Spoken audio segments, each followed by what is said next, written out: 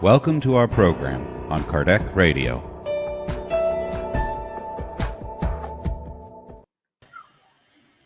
Hello, now we are live because we are talking here, and I discovered we are not. I didn't click the live button here, so sorry. Hello, now we are live because we are talking here, and I discovered we are not. I didn't click the live button. Yeah, so put in the mute. Hello, now we are live because we are talking here, and yeah, put in the mute, my friend. Yep. Yeah, great. Okay, so today I'm not alone. Wanderley's job allowed him to be here with us today, so thank you for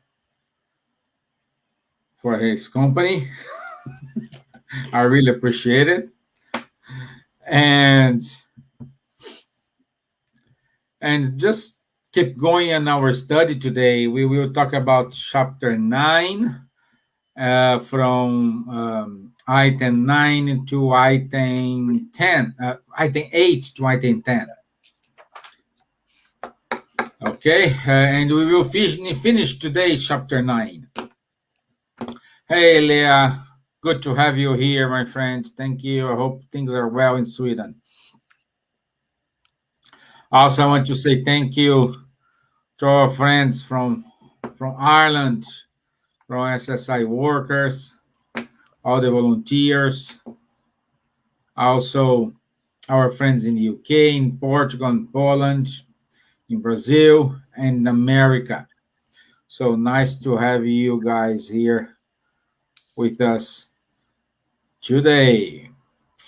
And since Wanderley is back today, let's put him to work. And do you mind to do the initial prayer, Wanderley? Not at all. Okay. So let's invite everyone to close their eyes, to take a deep breath,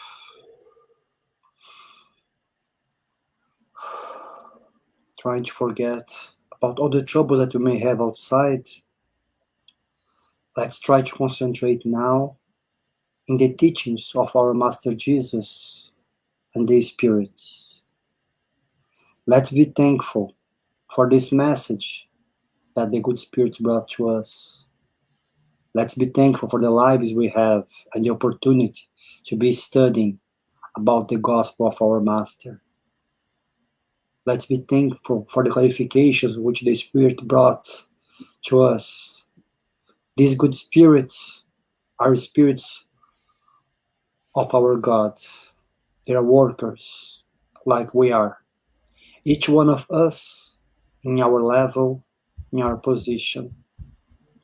So let's not forget that we all here on earth are workers of peace. Let's be part of it. And again, thanks for Spiritism to bring this clarification to us. So let's use it for our improvement. Thank God, and so be it. Amen. Okay. Let me see. Okay, so let me open my book here. And chapter 9 talks about a feeling. It is well known among us, which is the anger. And this is a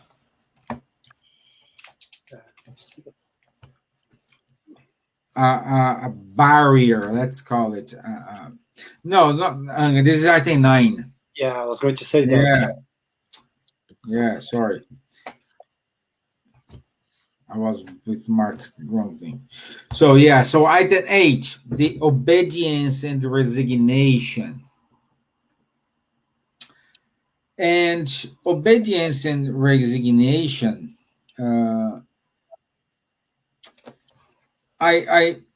my first question is like obedience. We everybody knows what it is. No, I need to obey a law. I need to obey my parents. I need to obey something else. Okay, but what is resignation? And the best, to my knowledge, resignation is resignation is the good feelings we have live in our heart. We feed our heart with these good feelings. This is kind of resignation. So the title here says obedience and resignation. And can we say, for example, if I am if I obey the laws, I do everything, at the same time I do resignation, I am going away from my free will.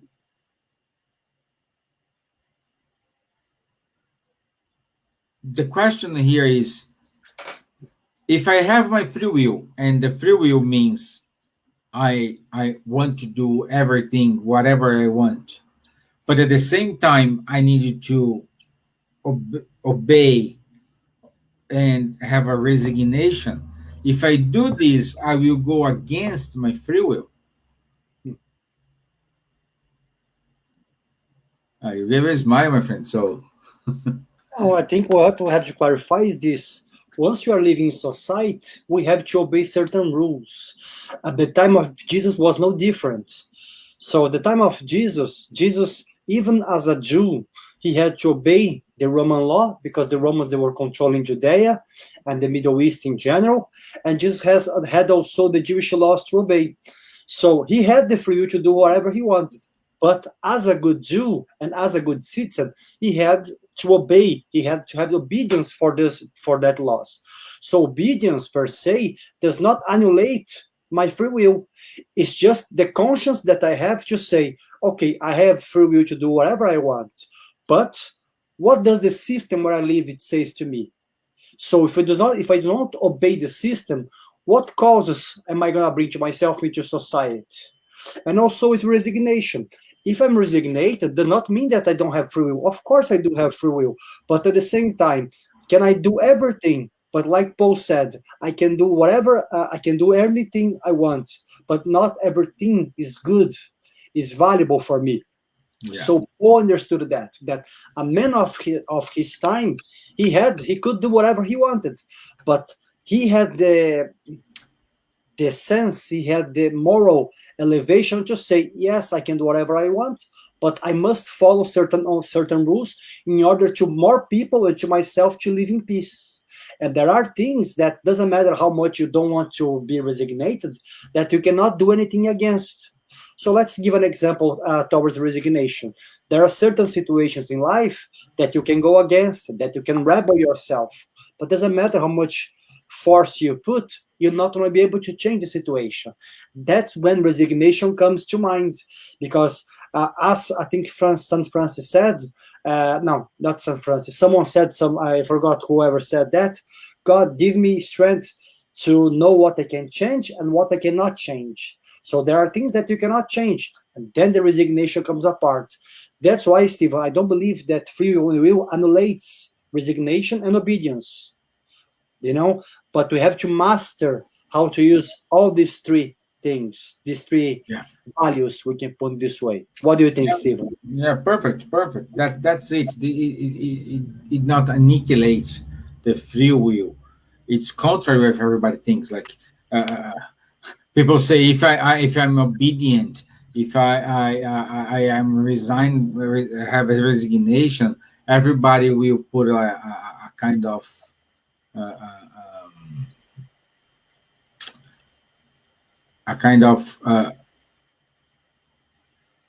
what is the word? They're gonna try to be smart with you, take advantage. No, they will play with me. No, they like they put a threat.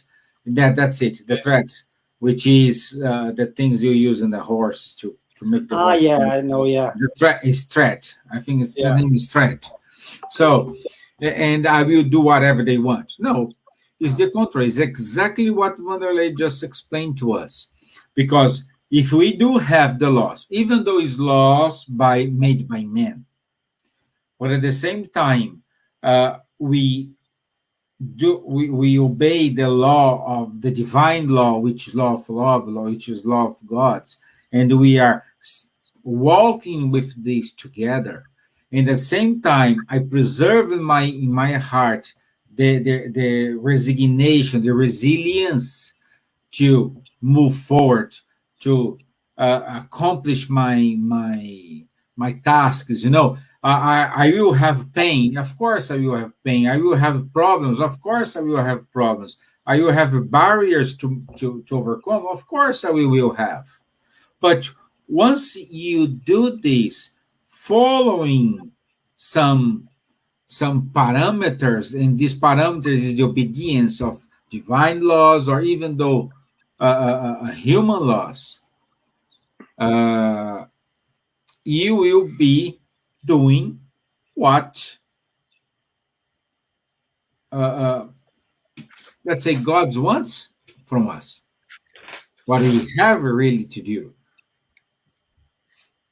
Okay, and there is and then we can go to question 954 of the Spirit's book. Let me read this question, because this question is quite valid to emphasize what we are saying here. And question 954: is there guilty in a reckless act that puts life needlessly at risk? And the answer is, there is no guilt so long as there is no positive intention or consciousness of doing harm. So what we are saying here is, okay, yeah, thank you, Don. Reins. Yeah. With the metal bit that goes in the horse's mouth. Is that what you were referring to? Exactly. Reins. I thought it was threat. Threat. The name. But anyway, reins. You are the native, so I not argue with you. Reins. Okay, thank you, Don. That's it. What I want to say. And the point where what we are saying here is, until the moment we don't have conscious of what we are doing, this is doing automatically. And there is a kind of different value. But at the moment we know, if I'm doing this is going to harm us, we have a different judgment. For example, if you are in a road and don't have a speed limit in the road, and you are, I don't know, 95 miles per hour, and the road allows just 60 miles per hour, but if you don't have any sign, you don't have anything like this, you can say to the human laws, I didn't know. I do not have any sign here to say this. What is the speed limit? However, in your conscious, you have in your mind, hey, I am in a narrow road, or in this type of road. I'm speeding a lot, so this not should be correctly. So what I want to say here is you do have in your mind, even if you don't know the rules, a notion of what is right and what is wrong. So if you keep insisting in speeding, you may have an accident, you may find a police officer in front of you in the next turn, you know, or nothing happened. Or nothing happened. But how is your conscience about it? How is your feeling about it? Some people, they have a good feeling. See, I'm smarter than everybody. I just speed that much in that road, and I did I went from point A to point B in 10 minutes, and everybody takes like an hour. So you may have this feeling, or you do have a feeling of guilt. Say, "Wow, I will not do this anymore because this does not look right." So you have this conscious. So it's up to you to decide, and the resignation you have in your heart will lead you.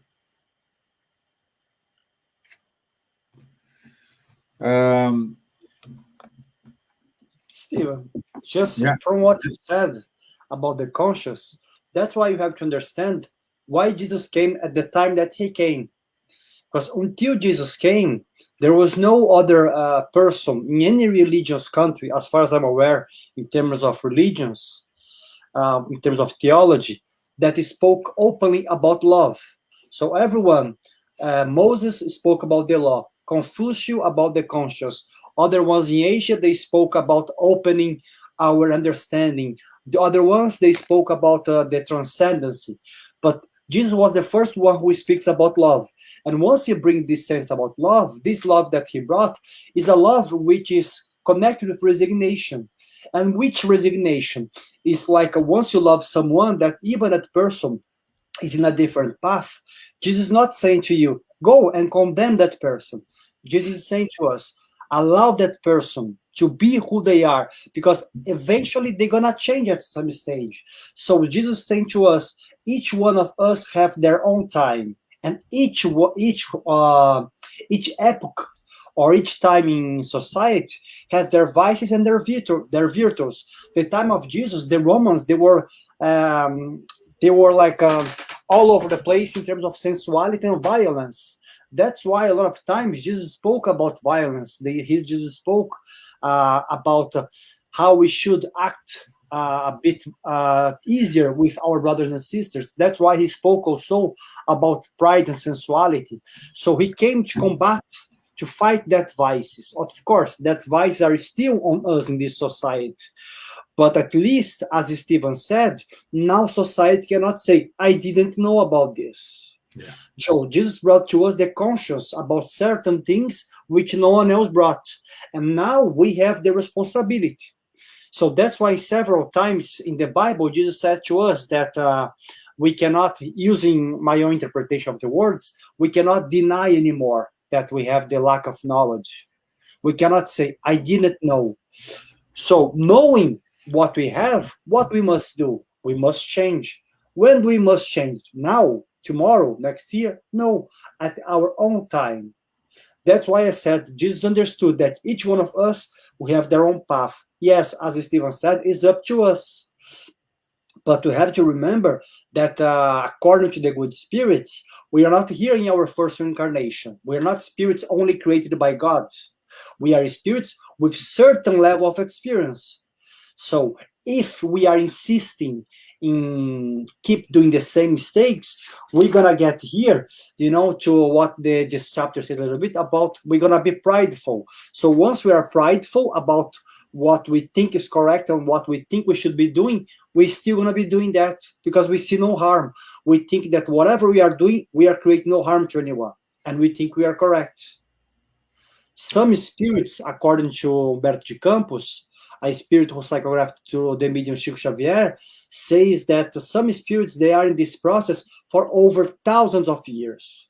They still trying to think they're correct. And that's why here in the chapter 9, in the item 9, we bring this sense of anger. Because now we have people in society who perhaps they go to the spirit center, they go to lives on Facebook, they go to the church, they go to any place where they believe in something. And there they are so nice. Like in the spirit center, for those who have been, always there is someone at the door. Welcome, my friend. Have this water here after the healing. May God bless you. May God, Jesus bless you, and so on. Of course, people, once they are there, they have this good intention in their heart. But here in the item 9, the spirits remind us that some of these, they are the ones who at home, they are quite general. They fight with their families. They only judge their families. They are not nice people. Let's say if they are father, in this place, they are not good parents. They are not a good father. This person is not a good father.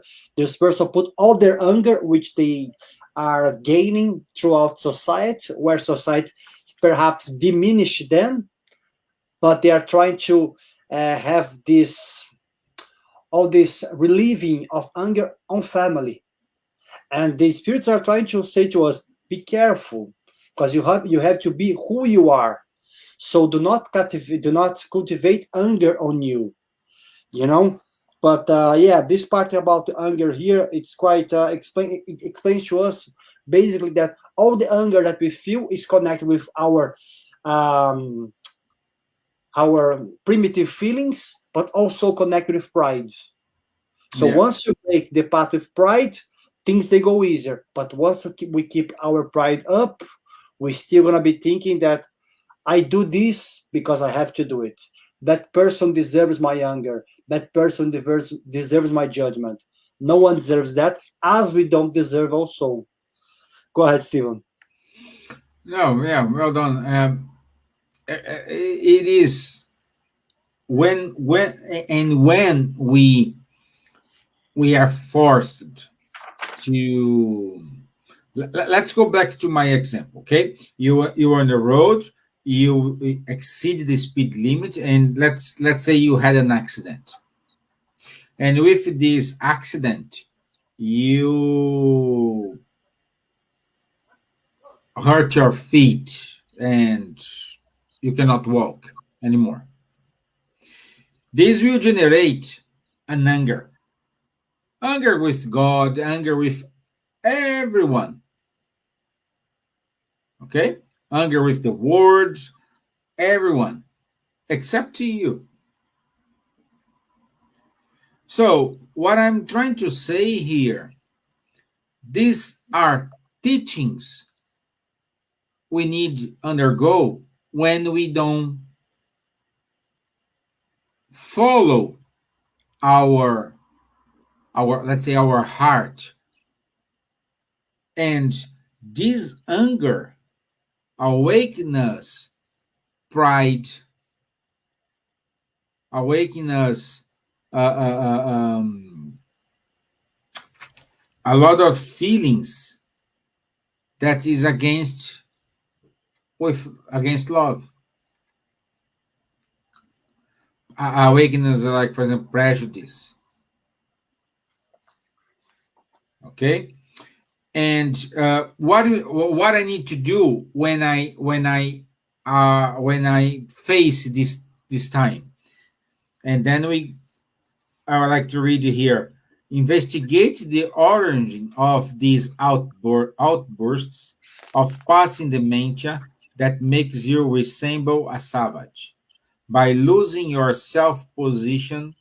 possession and reason. So is try to ask the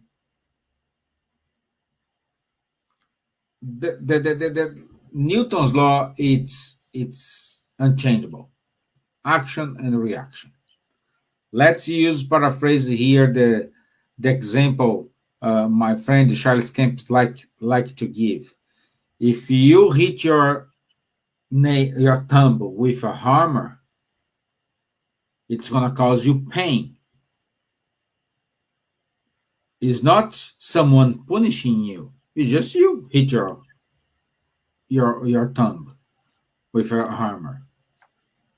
So it's your choice. It's your decision how you see it. Like, for example,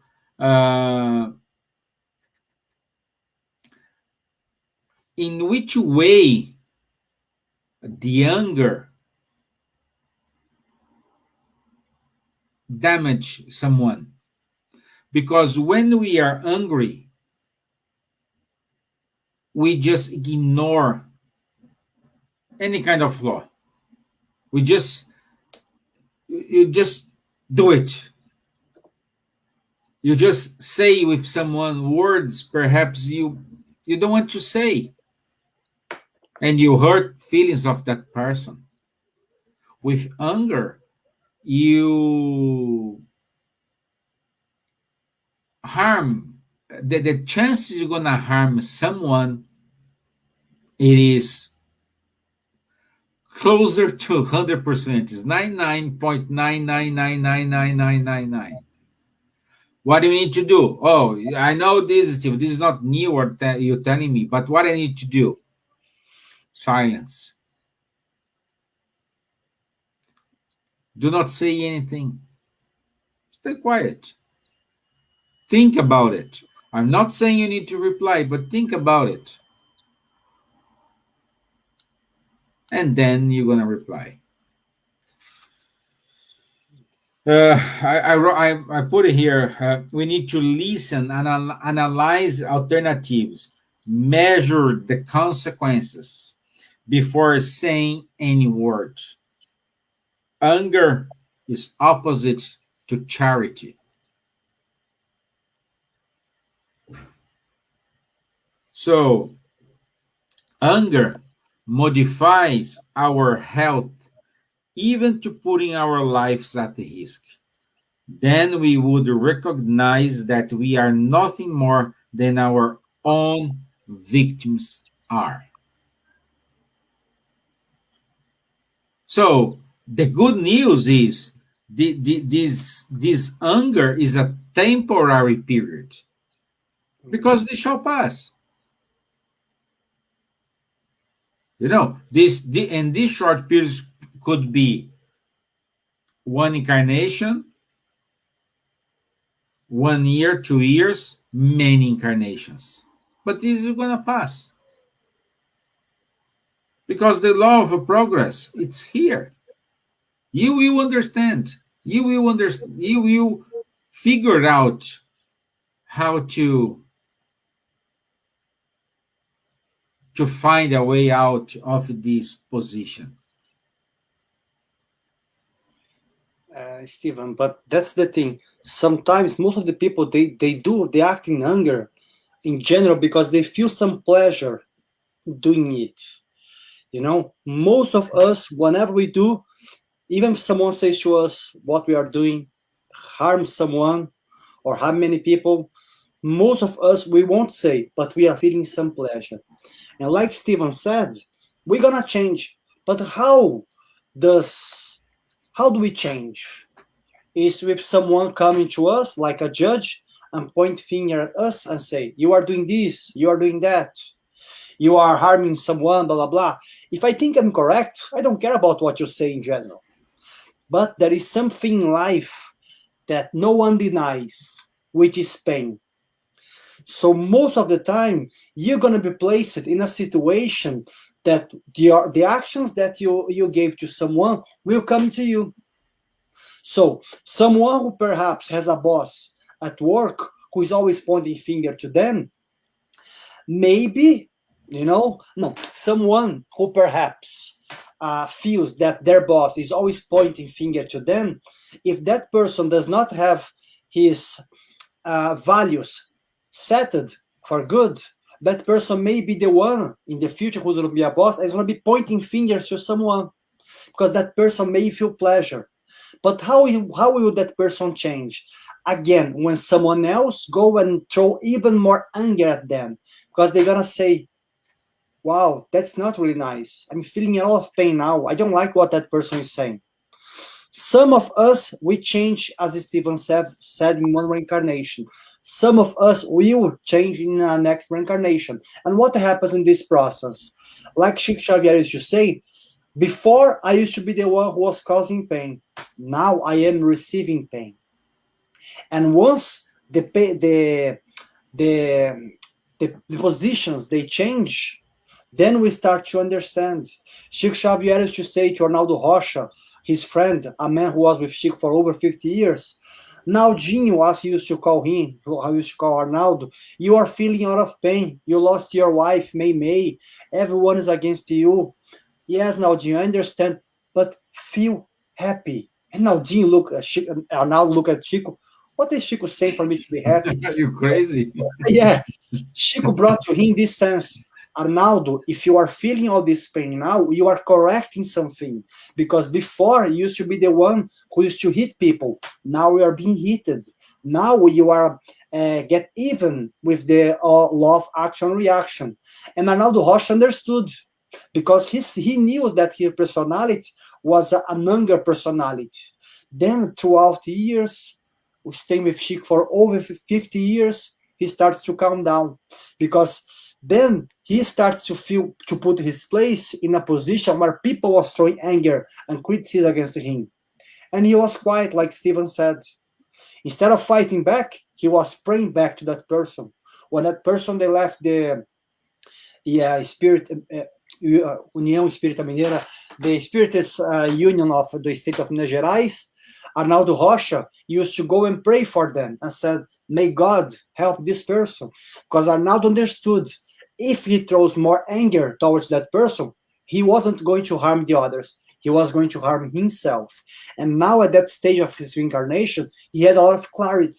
So he understood throughout pain.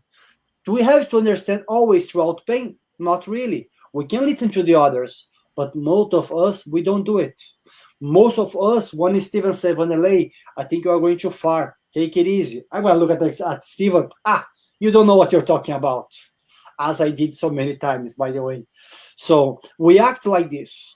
But then life comes to us, give a nice kick on our butt and say, now it's your turn. Now you're going to feel the pain. So let's be careful, because we can change and improve ourselves. We can improve our anger and all the bad vices that we have without suffering. But we have to choose to do so. If we don't choose willingly, life will choose for us. And in general, life does not choose in the best way. Because the universe understands that I'm being prideful, I'm being rebel. So how can I convince someone prideful and rebel? There is no way. So what they have to give to us to convince us, unfortunately, pain. Not that God is giving pain to us. Like Stevan said, we are harming ourselves. What is giving pain to us is the law of action reaction, not God. But we are taking the how you call the martello, the hammer, and hurting ourselves. That's it. In this life or in the next. So let's take it easy once we start to feel this anger on us. Let's perhaps try to meditate. Let's perhaps try to find some therapy, some sessions where people or let's go maybe go to the gym, go and use your energy to throw that anger away. But let's not throw that anger in anyone, because no one deserves to receive our energy, our bad energy, our hard feelings. We have no right to give that to people, I think. Yeah. Let's say just, let me read it here. Anger does not exclude certain qualities of the heart, but it stops us from doing any good. It may cause us to practice great evil. That's a summary of what we are saying here. And we also this is valued for everything we have in life.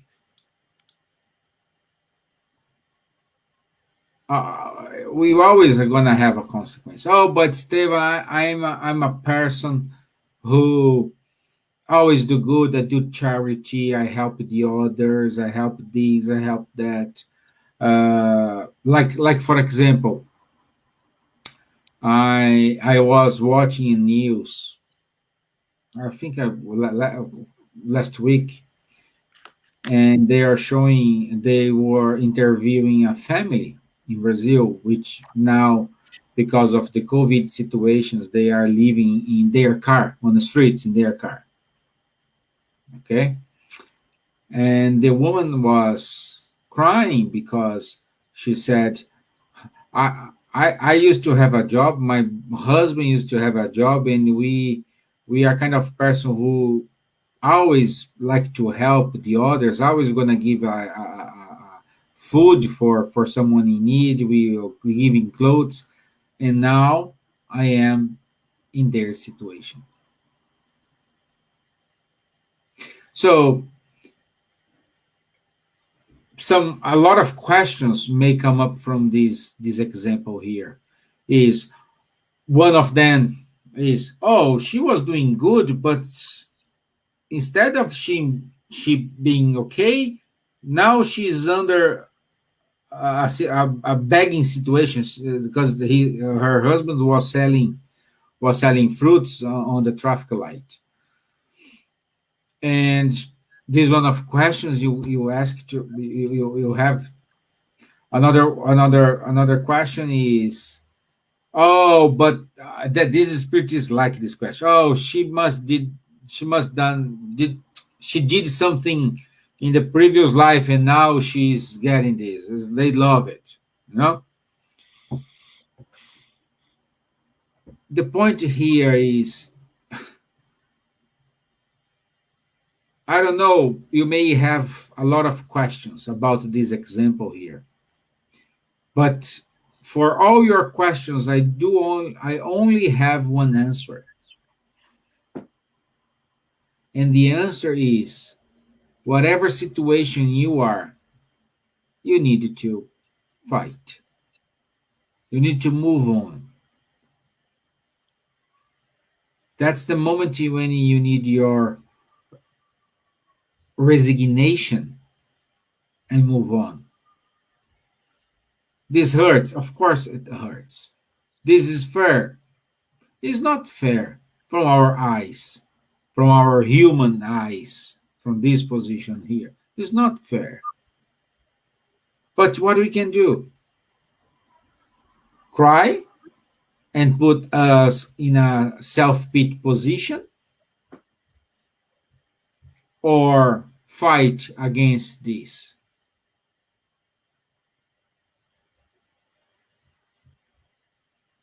It's your choice. If you're going to spend your rest of your life point the fingers to everyone who is responsible for the unsuccessful position you got, or you're going to change it without vengeance in your heart for this or that thing. No, please don't fall this trap as well. But we need to fight.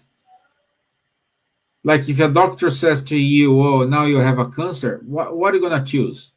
You fight against it, or you put you in a self-pity position and will die probably in weeks. We're seeing a lot of this. It's a very bad situation. It is. It is. It is. And us, we need to support everyone who are in these bad moments. Whatever you can do. Oh, but I don't have money. I'm not talking here about money. Money helps a lot. But if you don't have money, talk to someone. Borrow your shoulder, your ears. Let them talk. Let them cry.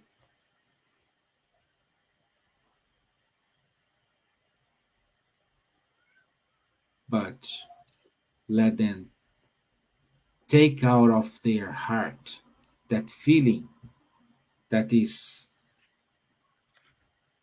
blocking that person to move forward, that is blocking that person to look for alternatives. What we need to do, especially for this couple, pray. Pray for them, to allow them to get out of this situation and move on. This is one case out of millions we may have right now. Millions, billions, we may have now, unfortunately.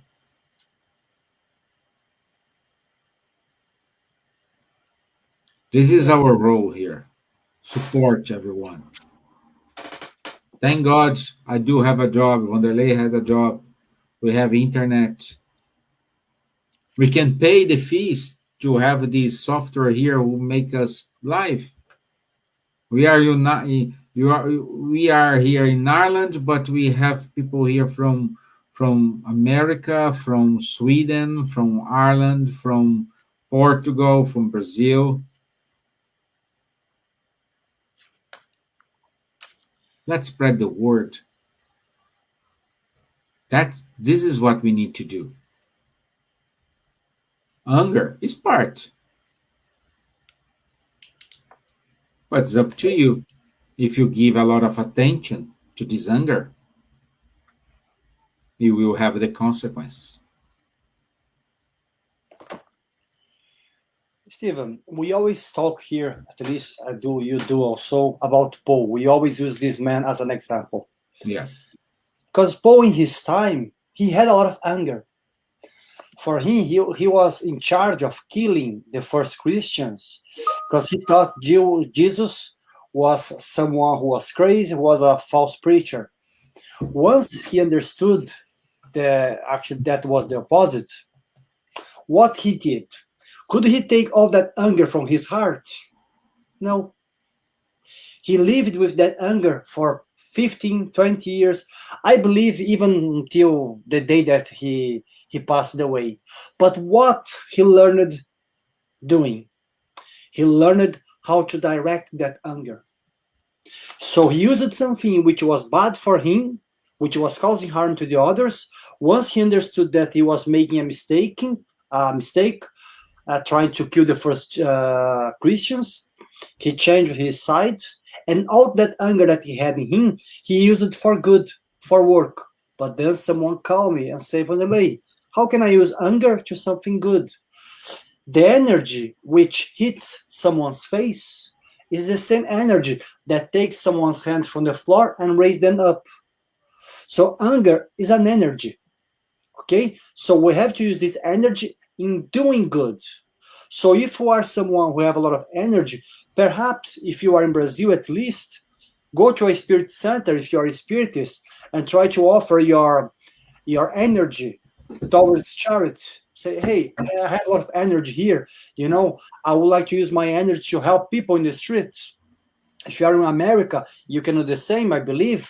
You can go and try to help the others. So you are taking that anger that you have on you because it's just an energy, but anger is when you direct it to something bad and directing that anger to something good. You are helping the others. That's the principle which Paul understood. Paul was someone who was very harsh, we can put it this way. Of course, after 30 years, he became someone more pleasant, someone gentle, but took several years for him to do that. We see the same in society. We see people, let's say, for those who are parents, they see that kid who is always fighting in the school. who is always trying to fight with their friends. Perhaps you have a big boy or a big girl who is always fighting in school. Once you go and you start to pay attention, you're going to see that that kid is not a violent kid, perhaps. Maybe that kid has a lot of energy. Of course, maybe that kid is seeing violence at home, but that's another story for another day.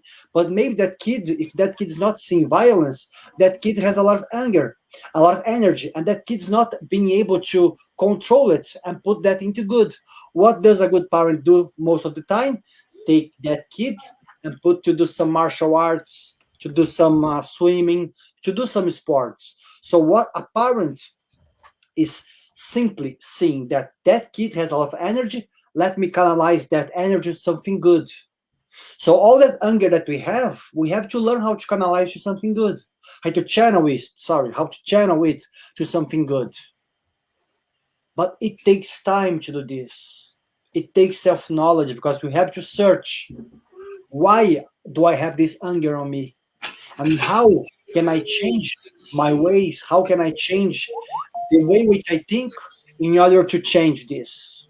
It's not easy. It was not easy for Paul. It would be not easier for us.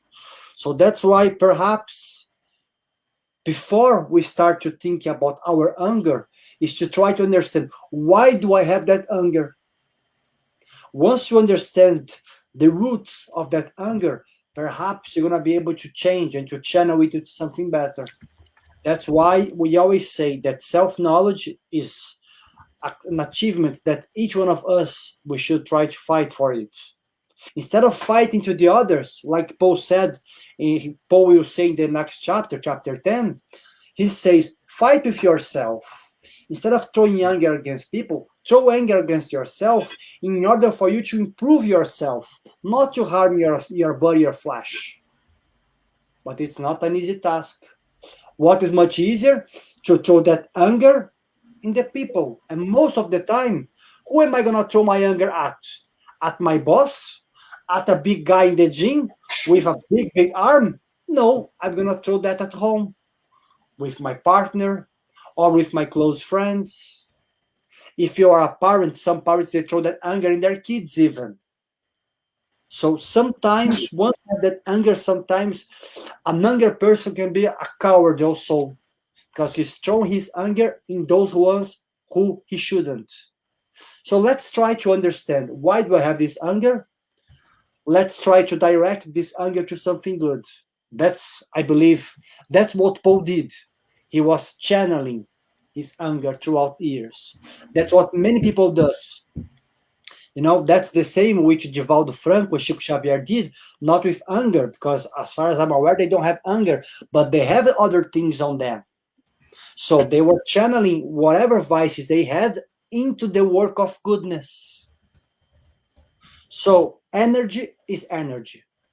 There is no good and bad energy. Energy is energy. How we use that energy, it's what matters.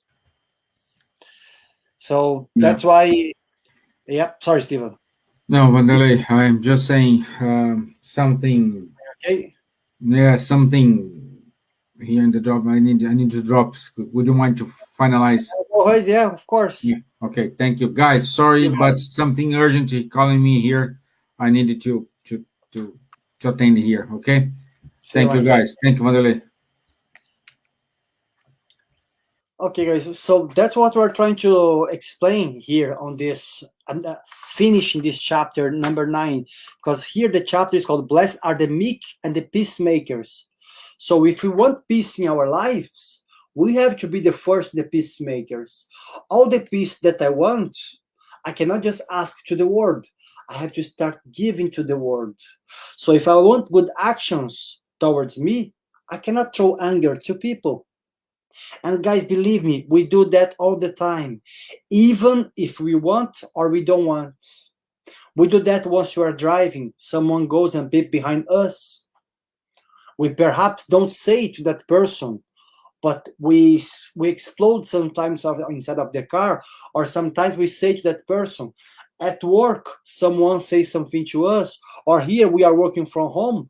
My boss is saying something to me. I'm not going to say anything to my boss because he's my boss. But once I hang up the call, I'm gonna be calling names towards my boss. All this energy channeled for bad will harm me, not my boss, but will harm only myself. That's why we have to understand how this anger and how we put all these feelings, it's affecting us. Once we understand that once we harm someone, that person is not really harmed. Of course, we can harm people for sure, but what I'm trying to say is, once you harm someone, you are harming more yourself, because that person is a victim and you are the aggressor. So there is a huge difference, because a victim, once he's suffering something, perhaps he's fixing something from the past, but in the end of the day, he's still being a victim. But once you are there acting towards someone, you are the aggressor. You are using your anger, you are using your power, your energy to harm someone. And that goes against all the teachings from the spirits and all the teachings from Jesus. That's why we always say, know yourself. Knowing you in each situations you feel that anger the most. Start to analyze yourself. When do I lose my temper? Okay, I lose my temper when someone says that to me. But why do I lose my temper when someone says that to me? Why, when someone calls me a name, I go nuts? Maybe go in the root. Why do you go nuts when someone calls that name? Maybe you have a problem. Maybe you have a problem that you don't realize that you have yet. That's why we always talk here about therapy, psychological therapy, that I'm referring to it. So once you are doing your therapy sessions, you are able to understand a little bit more about yourself, why you're feeling this. Because it's natural to feel anger. The problem that we have is to be feeding that anger. Because anger we're going to be feeling whenever someone causes harm to us, or we believe someone is causing harm to us. Because sometimes the person is doing nothing and we think that person is doing something against us. So we feel harm once we are afraid. We feel anger in general once we are afraid. And we use that anger to fight back. There is no reason to fight back anymore. That's what Jesus is trying to say to us. That instead of fighting back, we should try to be peacemakers. We should try to forgive the others. We should take that energy that we have for anger and try to help the others. Guys, that's what we want to say here today. I'm going to show some information, some relevant information to us. Thank you very much for staying with us here. Thank you very much for everyone from America, from Finland, from all over the place in Europe and back in Brazil. But since we are talking about therapy, so if anyone wants to find some help with some psychologists here, we have this link here that you guys can access. This place is not related with us at all, but it's just a place where you're going to be sending a message to them saying that you have an issue, and they're going to try to arrange something with you, okay? So this place has no relation to us at all. We just recommend them because we know that there are good people there who are trying to help people who are having maybe some difficulty in life.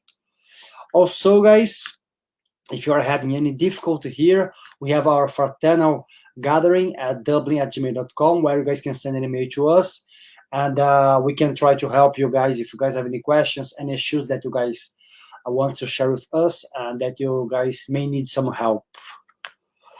Okay, and also for everyone who wants to be studying a little bit more about Spiritism, we have our studies group at 8 p.m.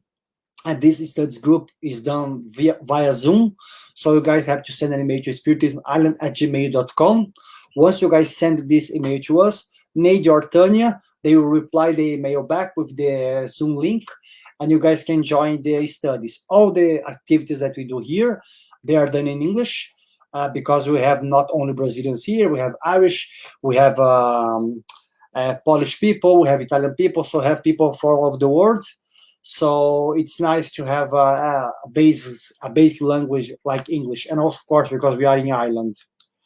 What else here? That's it. And also, guys, for those who are asking us on Facebook all the time, We don't know when we're going to be opening again because of the COVID restrictions. And also we have restrictions in the Lantern Center, which is the place that we used to have our meetings, our presential meetings. So until now, and we don't have any dates yet to give when we're going to be having presential meetings and the healing again. Okay, guys? Let me see here. Here, Don is saying, with the info Wanderley, Carl Jung wrote a lot about dealing with our unconscious shadow. I agree with you, Don. I think Jung, he was the one who was talking the most about our unconscious shadow, who was talking the most about understanding that we have this anger and all this vice on us. The secret here, perhaps, I believe, like Jung used to say also, is how we're going to be dealing with this force. But Jung is a master when it comes to unconscious mind and unconscious shadows that we have. Let me see if we have any more info here. We have here our friend Bruce Ness from Portland, Oregon. Thanks, Bruce, to be here with us. We have Don. We have everyone here. So, guys, thank you very much. We're going to be doing our, we have Leah, of course. I'm going to be doing our final prayer if you guys have no questions or comments. So we're going to be closing. And so next week, we're going to be starting chapter 10, Blessed are the Merciful, okay? I think actually, perhaps, guys, next week, we're going to be having a guest, but I'm not sure yet. But we're going to try to do a note on Facebook. But or we're going to be studying chapter 10, or we're going to have a special guest, Sergio Thyssen, I believe, to be talking with us next Tuesday. Okay, guys, so I'd like to invite everyone again to close our eyes. To take a deep breath.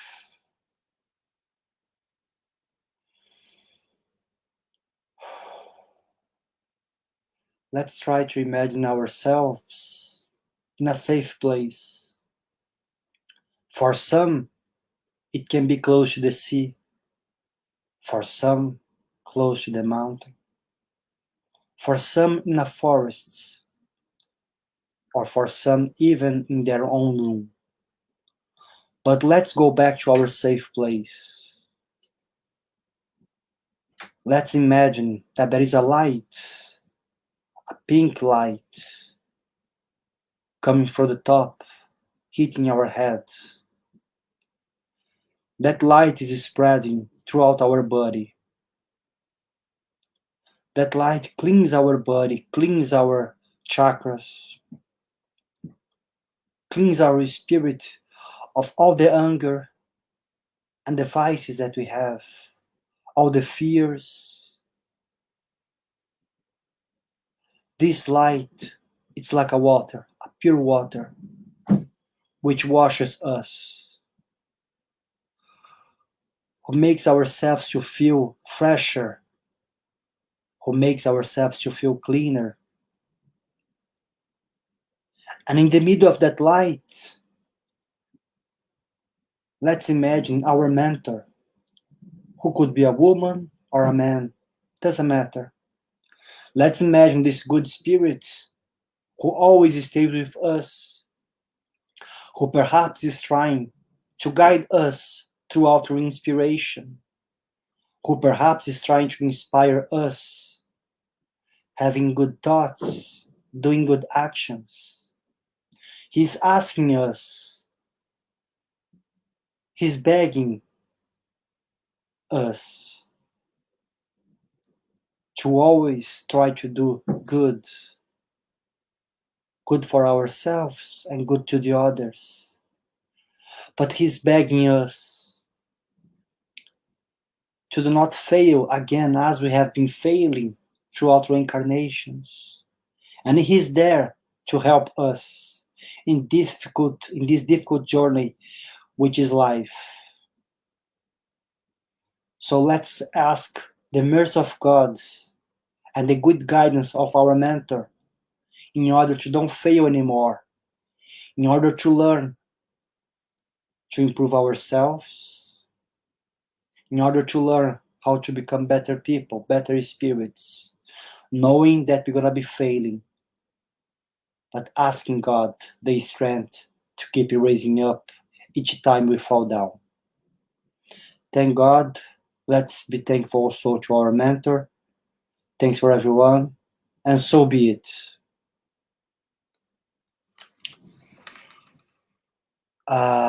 Thank you guys very much. Thanks, Leah. Thanks, everyone. Thanks, Dawn. Thanks, Bruce. Oh, sorry, I left Bruce here in the screen. So, guys, thank you very much. Have a good night. Bye-bye.